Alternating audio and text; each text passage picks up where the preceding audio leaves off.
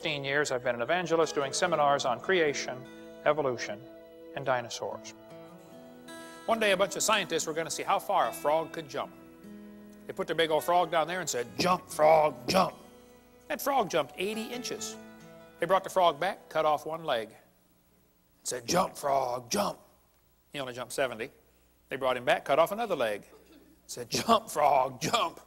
He went 60. They brought him back, cut off another leg. Said, "Jump, frog, jump." He jumped 50 inches. They brought the frog back, cut off his last leg, and said, "Jump, frog, jump." You know, they expected he might go maybe, 40 based on the data. Actual jump was 0. The frog didn't move. They yelled louder, "Jump, frog!" The frog never moved. The scientists were baffled. They tried the experiment again. New frog. Got the same results every time. So the brilliant scientists put their data together and said, "You know what, folks? The frog jumped less as the legs were removed." Hey, that's a good observation. They got it right on the head. Then they said, "So we must conclude that a frog with no legs goes deaf." Bad conclusion. It's possible to have a good observation and still come to the wrong conclusion, That's what they did with the fruit flies. They put them flies in the laboratory. They nuked them, microwaved them, x-rayed them. They did all kinds of mean things to those flies, and they got some weird-looking baby flies. They got flies with curled wings. They fly around, buzz, zzz, zzz, zzz, couldn't go anywhere. They got flies with no wings at all. What do you call that? A crawl or a walk? Can't fly. They raised all these mutated flies in the laboratory and said, "You know what, folks? Fruit flies refuse to become anything but fruit flies." Well, duh. So they said all mutations produce flies that were inferior to the original fly. Good observation. They said, "So we must conclude that flies have evolved as far as they can go." Oh, bad conclusion. Maybe you could conclude that God made them right to begin with, and all you're doing is messing them up in your laboratory. They were doing fine till you guys got a hold of them. Yeah. And they say evolution's as fit as ever. Yep, fruit flies in the north have wings 4% larger than flies in the south. Well, that proves something to somebody somewhere, I'm sure. But it's still a fly, okay? Then they tell the kids, the peppered moth is proof for evolution. They counted the moths on the trees and found it was 95% light colored and 5% black. Then they burned coal in the factories and the trees turned black. And they counted the moths again. It was only 5% light and 95% black. The problem is the entire story is a lie. They glued dead moths to the tree to take that picture for your kid's textbook. It's right here. Comparative anatomy provides further evidence of evolution. The commonalities suggest that these and other vertebrate animals are all related. They probably evolved from a common ancestor. This is a lie. They probably have a common designer. The different bones in different animals come from different genes on the chromosomes. They're not homologous to begin with, okay? And even if they were, that still wouldn't prove common ancestor. Proves a common designer. The same designer made them all. Did you know the lug nuts from a Pontiac will fit on a Chevy? You can go out in the parking lot and try it. They will. That proves they both evolved from Honda 14 million years ago. No, it's true many animals have a similar four-limb structure. That's a good observation. I agree. They say they must have had a common ancestor. Oh, bad conclusion. Then they'll say, this helps prove we all came from a rock. Well, now you really have got a bad conclusion there. Then they tell the kids, we have evidence from development. Now, this one makes me angry. So I'm going to try to stay calm while we talk about this. Is probably one of the most dangerous lies in the textbooks. This textbook says the similarity between the early stages of development of many different animals helped convince Darwin that all forms of life shared common ancestors. Darwin considered this the strongest class of facts in favor of his theory. This was the best evidence Darwin knew of for his theory. The guy who made up this dumb idea is named Ernst Haeckel. Haeckel called this idea we're about to share with you the biogenetic law, which means as animals develop inside the mother, they go through the stages of evolution. All you got to do is memorize the word farm, F-A-R-M, fish, amphibian, reptile, mammal. That's the way they say it happened. The phrase they had for it back then was ontogeny recapitulates phylogeny. Wow, what's all that mean? Well, ontogeny is the growth of the baby. It goes through stages, okay? Recapitulates means it reenacts or does over again. Phylogeny is the evolutionary sequence. This Irish textbook says, The presence of fish-like structures in embryos of different species shows these animals have evolved from fish and share the basic pattern of fish development. It's as if the embryo retains a memory of its origins and starts to copy them during its development. That's the ontogeny recapitulates phylogeny. Now, the idea that Sigmund Freud relied on was the idea that ontogeny recapitulates phylogeny. That is, the development of the individual recapitulates the evolution of the entire species. This is stupid and dangerous. They tell the kids the embryo, the baby growing in the mother, has gills like a fish. Gills? That's a lie. Those are not gill slits. Those little folds of skin you see on the embryo grow into bones in the ear and glands in the throat. They never have anything to do with breathing. My uncle had 5 or 6 chins, and he couldn't breathe through any of them but the top one. Okay? Those are not gill slits. Ernst Haeckel said the turning point in his thinking was when he read Darwin's book in 1860. See, Darwin's book was printed in English in 1859. The next year, it was printed in German, 1860. Haeckel was a German embryology professor. He read the book and said, wow, what a great theory, if only we had some evidence. Well, 9 years later, they still had no evidence, so Haeckel decided to help out. He was going to make some evidence. Haeckel took a drawing of a dog and a human embryo. He was an embryology professor, you know, and he lied. He faked the drawings. He changed them and made them look exactly alike to prove they're related. He just is a bald-faced lie, okay? Haeckel made giant posters of his fake drawings and traveled all over Germany and converted the people to believing in evolution, which led to the next obvious question. Hey, if evolution is true, I wonder which race of humans have evolved the farthest. And guess who the Germans thought it was? Yeah, we'll talk more about that later. Now, on top are Haeckel's fake drawings. Underneath are the actual photographs of these animals. He lied.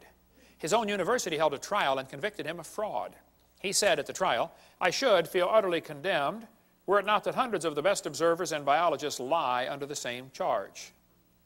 This biogenetic law is as dead as a doornail. It's not true. But it can't be taken out of the textbooks for some reason. It's been proven wrong since 1875, and they still keep it in the books. It's still used in this book, Evolutionary Analysis, college textbook, 1998 edition, used at University West Florida, the exact same chart of Ernst Haeckel. That's only been proven wrong since 1875, okay? I know it takes a while to get textbooks up to date, but that's long enough. I think 130 years, they ought to be able to get it out by now, don't you think? Okay. More about the gill slits in this book here, Icons of Evolution. Darwin's theory, his book came out 1859. He predicted they would find evidence. 1869, Haeckel faked the drawings. 1875, it was proven wrong. But it's still in textbooks used all over the planet. 2004 textbook, still has it. 2005 textbook, and I pronounced it wrong, it's Chickasha, not Chickasha, Chickasha, Oklahoma. I got corrected during the break. Still teaching the baby has gill pouches. Notice, for example, gill pouches, okay? Gill slits on the embryo. They're teaching this in textbooks all over the world. It's only been proven wrong since 1875. Get it out of the book. Tear the page out. I mean, it's a no-brainer. Tear out the page. It's not true. Here's a junior high textbook telling them it has embryo has gill slits. This one says, similarly, humans and fish embryos resemble each other because humans and fish share a common ancestor. These similarities provide evidence that these three animals evolved from a common ancestor, tiny gill slits. Gill slits on the human embryo. Gills of fish. Tiny gill pouches, used in college textbooks. There's a 2004 textbook saying it has evidence of evolution is seen in development of embryos. You can't get a high score on SAT or ACT tests unless you lie and say the baby has gill pouches. It's found on every single test we could find.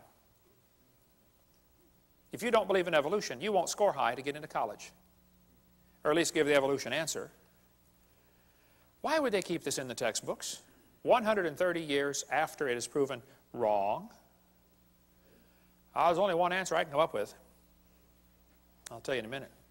This one shows a 5 to 6 week embryo, and it says by 7 months the fetus looks from the outside like a tiny normal baby, but it's not.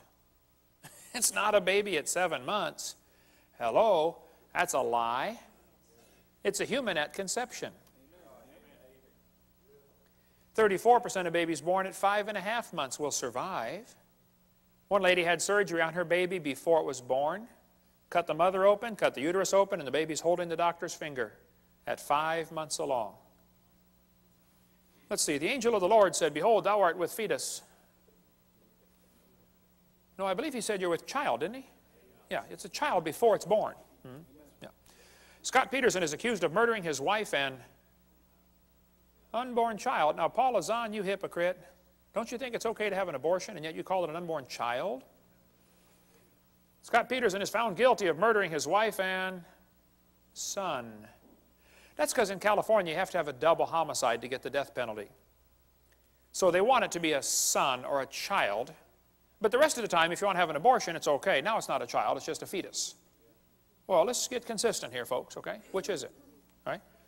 More about embryology on this one, but why do they keep this in the textbooks? It's very simple. That's the only way to justify abortion. They want you to think it's not human yet. Somebody wants to reduce the population of this planet. And abortion has already done 20% of the entire world's population has been killed by abortion. 1 billion people. Let's see, Hitler killed 6 million, Stalin about 100 million, abortions 1,000 million. That's going to work. We'll cover more on that on video 5. Anna Rosa had her arm chopped off in a botched abortion. She was born anyway. They thought they killed her. Everybody says, "Oh, that's terrible." What if they would have cut her head off instead? We never would have heard about Anna Rosa. Now, I live in Pensacola. You might have heard of my town. We've had 2 doctors that were doing abortions shot and killed. Several clinics have been blown up or burned down. I did not shoot any doctors, and I did not blow up any clinics, okay? And I don't think Jesus would do it that way. He grew up under Roman control. He didn't go around blowing up tanks and burning down bridges, okay? But when the first doctor got shot, I was preaching in Fort Lauderdale. The next day I flew home, and right in front of me on the airplane were 2 women from NOW, the National Organization for Wild Women. And they were flying up to Pensacola, going to have a big rally and march around town, you know. As we got off the airplane, and I noticed on their shirt it had in huge block letters, "Choice above all." So, being my mild-mannered self, I said, "Excuse me, ma'am, what does this mean, choice above all?" She said, "A woman ought to have a right to choose." I said, "Choose what?" She said, "Choose to have an abortion. It's her body." I said, "Well, yes, ma'am. If she wants to abort her body, I suppose that's fine. But it looks to me like she wants to abort somebody else's body. When you consider half of them are male, think about it. It's not her body. I said, "By the way, ma'am, I'm kind of curious about this. I have 3 kids. I delivered one of my kids at home. I used to raise hamsters. I taught biology and anatomy. I'm kind of familiar with this process." I said, "Why does the woman's right to choice stop at birth? Why don't we let the mother choose to kill it after it's born? Be a lot safer and simpler. Hey, why don't we extend abortion rights up until the kid's 2 years old?" I know a lot of mothers with a 2-year-old that have thought about it a time or two. I won't ask you to raise your hand, but I know you're out there. I got it. Let's extend abortion rights up until the kid is 18. I bet they'd behave a lot better. "Son, one more time, and I'm going to abort you." "Hey, teacher, where's Johnny today?" "Oh, he didn't do his homework yesterday, so his mommy aborted him." Hey, grades would skyrocket, wouldn't they? By the way, Peter Singer is pushing for abortion after the baby's born. He's trying to get legislation passed so you can kill the baby up to 28 days after it's born and still call it an abortion. Have you ever noticed the news media calls them pro-choice, and they call guys like me anti-abortion? I'm not. They do that anti-abortion because it's a negative-sounding term. Pro-choice is such a positive-sounding term. How about let's call me pro-life and call them pro-death, and we both get a positive-sounding term. That's why I refuse to take the paper. I just can't stand their liberal slant on everything. We get a call once in a while. "Hey, you want to take the Pensacola News-Journal?" I say, "No, ma'am, we don't have a parakeet." That's what I tell them. See, the media will ignore the wishes of the majority, and they're going to push their liberal agenda. We'll cover more on that on part 5. Well, remember when the kids got shot in Colorado? right away they jumped on the gun control issue. You know, if kids keep getting shot in our schools, maybe it's time to consider some other issues like should we have public schools? Or maybe should we teach them evolution? That's what did the Columbine shooting. Those kids were real strong believers in evolution. They made a videotape before the shooting. One of the boys said, "He doesn't deserve the jaw evolution gave him. Look for his jaw, it won't be on his body." They were strong believers in evolution. They did the shooting on Hitler's birthday on purpose. They shot Isaiah Shoals just because he was black. Eric's t-shirt said, "Natural selection." Maybe certain criminals ought to be publicly executed. Maybe that's time to think that one through one more time. Maybe all law-abiding citizens should be required to carry guns to protect themselves. Suppose every teacher in the public school was required to be armed. Just suppose. How far down the hallway would those kids have gotten? Somebody sent me this button, "Proudly unarmed." Would you wear this? What does this say to a criminal? Rob me. Isn't that exactly what it says? Of course. The Founding Fathers gave us the Second Amendment so we could keep and bear arms, and it wasn't so we could go duck hunting. The purpose of the Second Amendment was so we could defend ourselves if the government goes bad. Last-ditch defense against an evil government is an armed citizenry. You ever notice a lot of animals that eat grass have horns? Did you know you don't need horns to eat grass? The purpose of the horns is to explain to the lion, "Stay off my back. I just want to eat the grass, leave me alone." Here's the logic they use to justify abortion. They're going to say, "Well, it's not human." Oh, brother, you're either dumb or you're lying. It's human at conception, okay? They're going to say, "Well, it's not viable, it can't live on its own." You're not viable yourself, stark naked on the North Pole, you know. Can't live on its own. I know kids that are 25 that still come borrow money from Dad. "Hey, Dad, can I borrow some money?"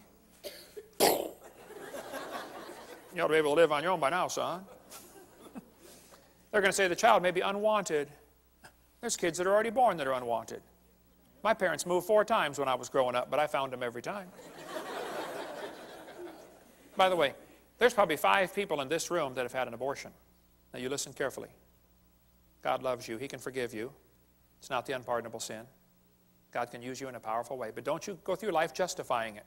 Don't say it was okay. No, it wasn't okay. It was murder. So confess it, forsake it, get right with God, and go serve God with your life, okay? Amen. Half the Bible is written by murderers, okay? You're in good company. They're going to say, "Well, the child may be unwanted." Well, a lot of people are unwanted. Year after year, the number of people waiting to adopt is about equal to the number of abortions. The babies are not unwanted, okay? They're going to say, "Well, the child may be a financial burden." Show me a kid that's not. Anybody got a kid that's not a financial burden? They're going to say it may be from rape or incest. Well, then you kill the rapist, not the baby. Execute the rapist and adopt out the baby. It's not that complicated. Hey, did you know it's illegal to shoot deer at night with spotlights in just about every state? Is it illegal in Tennessee to shoot deer at night with spotlights? You got to give them a sporting chance, right? Let's give the baby a sporting chance. Pass a law in Tennessee that says if a lady goes to have an abortion, the nurse will have a jar of marbles, and we're going to have a lottery, okay? 1 marble for baby, 1 for mother, and 1 for father. And 1 for doctor. And 1 for governor. And let's put several in there for the past president. And let's really have a choice. Now, if he's not alive, why is he growing? If he's not a human being, what kind of being is he anyway, huh? She says, "Honk if you're pro-choice." It's easy for her to be pro-choice. She's already been born. I don't know if you ever thought about this, but did you know everybody that ever voted for abortion has already been born?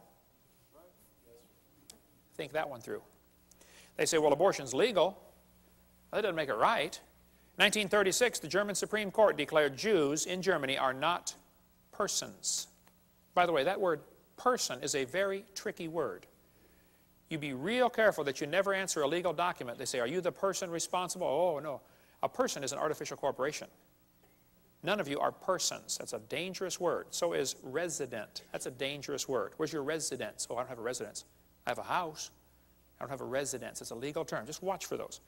But in 1936, the German Supreme Court said, Jews are not persons. That opened the way to allow Hitler to kill the Jews. 6 million, at least, Jews were killed. I read lots of books about Hitler. I've been to Germany a couple times. Hitler said, I have the right to exterminate an inferior race that breed like the vermin. Hitler thought the Jews were an inferior species. He said the Germans are the superior race that deserve to rule the world. Hitler was killing the Jews to make more living space for the Germans. He sought to make the practice of Germany conform to the theory of evolution.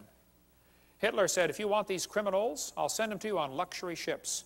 You know, in 1938, the Jews could have been saved, but America refused to take them. Every country but Sweden refused to take the Jews. Hitler's book and his mind was captivated by evolutionary thinking, probably since he was a boy. Evolutionary ideas lie at the basis of all that is worst in Mein Kampf. Hitler thought it was the duty of the strong to trample the weak. In his book, Hitler said, nature does not desire the mating of weaker with stronger individuals. Even less does she desire the blending of a higher with a lower race. Who's a higher race, Adolf? He kept talking about the mingling of Aryan blood all through his book. He talked about Aryan races, lower peoples. Well, I found Hitler's hit list. Hitler thought the blonde-haired, blue-eyed Norwegians were close to pure Aryan. Did you get all that? The blonde-haired, blue-eyed Norwegian. Hvor det står det till idag? Ja, sure you betcha. Ufta, hey there, fella. He thought the Germans were mostly Aryan. The Mediterraneans are slightly Aryan. The Slavics are half Aryan, half ape. Orientals are slightly ape. Black Africans are mostly ape. And Jews are close to pure ape. Hitler killed the Jews to speed up the evolution process. Let's eliminate the inferiors. Anybody know where the Olympics were held in 1936? Berlin. Anybody know who won the most gold medals? Jesse Owens, the black American athlete. Hitler was so angry, he said, it's not fair to make my men race against this animal. Hitler said, I regard Christianity as the most fatal, seductive lie that ever existed. Well, that's because he thought biological evolution would weed out the religion and be a weapon against religion, because the Bible teaches all nations are of one blood. And if you think you are superior to somebody because of the color of your skin, number one, you're wrong. Number two, you're stupid. Okay? Number three, you're not right with God. Okay? We cover more on the races, and there's no such thing as races. It's just skin colors on video number 7. I stood in the courtroom in Nuremberg where they held the trial years ago. Those guys on trial said, we did nothing illegal. We were just obeying orders. Yeah, and they were found guilty anyway, weren't they? Because, see, there's a higher law than Germany's law. It's called God's law. Now, the Supreme Court in America in 1973 said the word person does not include the unborn. That's the decision that opened the way now for 45 million babies to be killed in America. 1,000 million, that's a billion worldwide. On September 11th, 2001, 3,000 Americans were killed by terrorists. We spent billions of dollars trying to hunt them down and kill them, right? You know what else happened September 11th, 2001? 4,500 Americans were killed by abortionists. 50% more, and nobody said a word. The next day it happened again. We've had a September 11th tragedy every day ever since. Have we gone nuts? Margaret Sanger started a group called Planned Parenthood to eliminate the inferior species. She wanted to wipe out the blacks, the Jews, and the Orientals. She thought they were human weeds. We could spend all day on Margaret Sanger, but they thought that, just like Hitler said the Jews are a parasite in the body of nations, Margaret Sanger said the unborn child is a parasite in the woman's body. No, it's a child, okay? It's a baby. This is a Planned Parenthood document from 1952. They said, your question's answered about birth control. What is birth control? Is it an abortion? They said, oh, definitely not. An abortion requires an operation. It kills the life of a baby after it has begun. Well, you bunch of hypocrites at Planned Parenthood. Now they're the biggest funder of abortions in the country. These 6 things doth the Lord hate. Hands that shed innocent blood. God hates this. Cursed be he that taketh reward to slay an innocent person. And all the people shall say, Amen. Amen. Your textbooks are going to tell you, kids, that you have an appendix that is vestigial. You don't need it anymore. That's a lie. You need your appendix. The appendix is part of your immune system. Here's an article on the web from University of Chicago. Ask a scientist. Nancy writes in and says, what is the function of the appendix in a human before it is taken out through surgery? This lady writes back and says, the appendix has no known function. She's way behind the times on that one. She goes on to say, it is believed that the appendix will gradually disappear in human beings as our diet do not includes cellulose no more.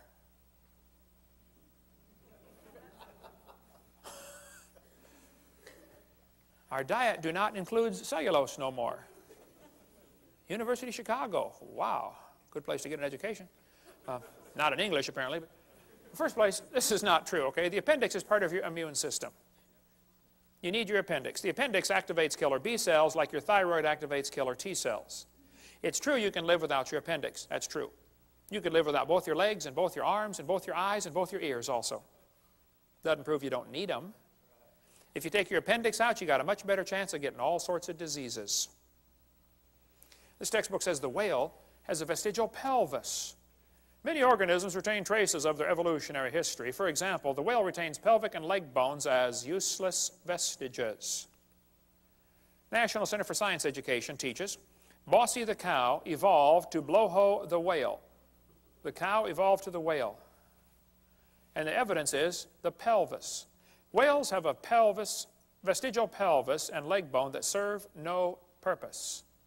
They have hind limb bones that have no function. Just imagine whales walking around. It's true. Well, here's the bones they're talking about right there. Just imagine the whale walking around. I have tried and tried to imagine, and I just can't do it. Almost every type of whale has these bones right there in the abdomen. They are not attached to the spine. That's correct. Textbook says the whale's pelvis is located far from the vertebra and has no apparent function. The whale's pelvis is evidence of its evolution from four-legged, land-dwelling mammals. This is a lie. Those little bones are anchor points that special muscles attach to that allow the whales to reproduce. Whales are kind of big, you know. And without those special muscles and those special bones, they can't get more baby whales. So either these guys are ignorant about their whale anatomy or they're lying to your kids trying to spread their theory. But it's not true that those are vestigial, okay? There are no vestigial organs, and if there were, think about it, that would be the opposite of evolution. That's losing, not gaining. You've been watching part of The Creation Series by Kent Hovind. This faith-strengthening series is over 15 hours long and is available on 7 DVDs. If you would like more information on the Creation Series, please visit our website at christianfilms.com. The information on these DVDs will greatly increase your faith in God's Word and the biblical account of creation. Thank you for watching The Creation Series.